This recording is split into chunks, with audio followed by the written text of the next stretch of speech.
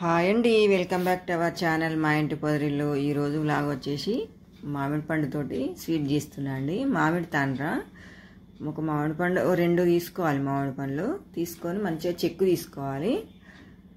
పండ్లు వండినవి తీసుకోవాలి. రెండు మామిడి పండ్లు తీసుకొని చెక్కు తీసి ఇట్లా ఘాట్లు పెట్టుకోవాలి. మొత్తం కట్ చేసుకోవాలన్నమాట చాక్ తోటి.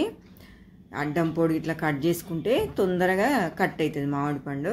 అట్లా కట్ చేసుకొని ఒక గిన్నెలకు తీసుకోవాలి. మొత్తము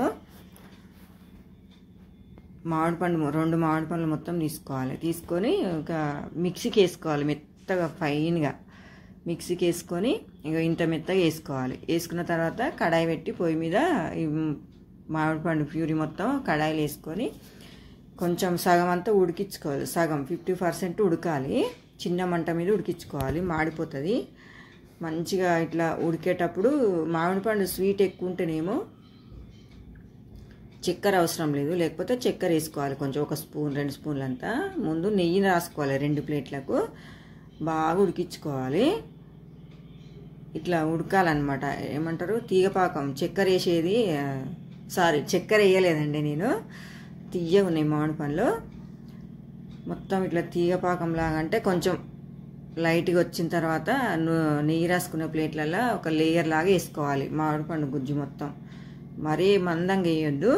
ఇట్లా వేసుకొని చెంచాతోటి మొత్తం స్ప్రెడ్ చేసుకోవాలి. ఎండకైనా పెట్టవచ్చు, తొందరగా కావాలంటే ఎండకు పెట్టాలి. తొందరగా ఏం లేదులే అనుకుంటే ఫ్యాన్ గాలికైనా మంచిగా ఆరుతుంది అనమాట. ఎంత బాగా వచ్చింది చూడండి, ట్రాన్స్పరెంట్ లాగా నీట్గా వచ్చిందనమాట. నెయ్యి వేసుకుంటే అట్లా వస్తుంది, లేకపోతే రాదు.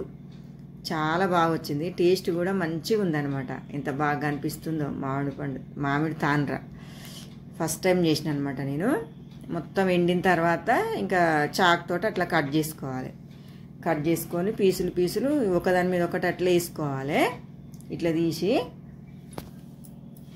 ఒకదాని మీద ఒకటి వేసి మనం ఇక మళ్ళీ చాక్ తోటి కట్ చేసుకోవాలన్నమాట. అన్నీ చిన్న కావాలనుకుంటే ఇక మా ఇంట్లోకి కొంచెం జనాభా ఎక్కువ, చిన్న పీసులు కట్ చేసుకొని ఒక దాంట్లో గిన్నెలకి తీసుకుంటే ఇక పిల్లలు కూడా తింటారు అనమాట. మంచిగా ఉందని మా పిల్లలు అయితే కథం చేసిరు. మంచిగా ఉంది. ఫస్ట్ టైం చేసిన కదా. ఇంతకుముందు అయితే అమ్మడానికి వస్తారు కదా, అట్లా తీసుకునేదనమాట. మా అమ్మాయికి చాలా ఇష్టం మామిడి తాండ్ర అంటే.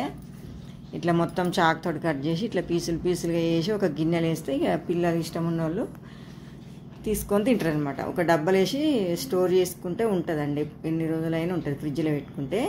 అయితే మా మరిది బర్త్డే అయిందనమాట.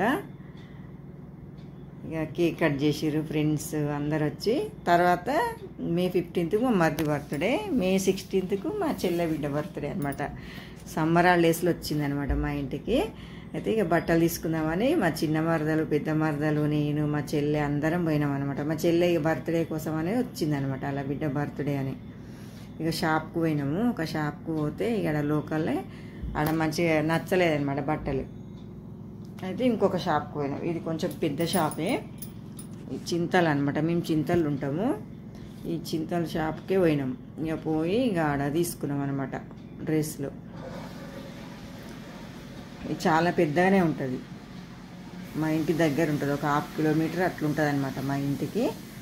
ఇక ఆ షాప్లో తీసుకున్నాం అనమాట. షాప్ మొత్తం చూపిస్తున్నా చూడండి, పెద్దగా ఉంటుంది షాపు.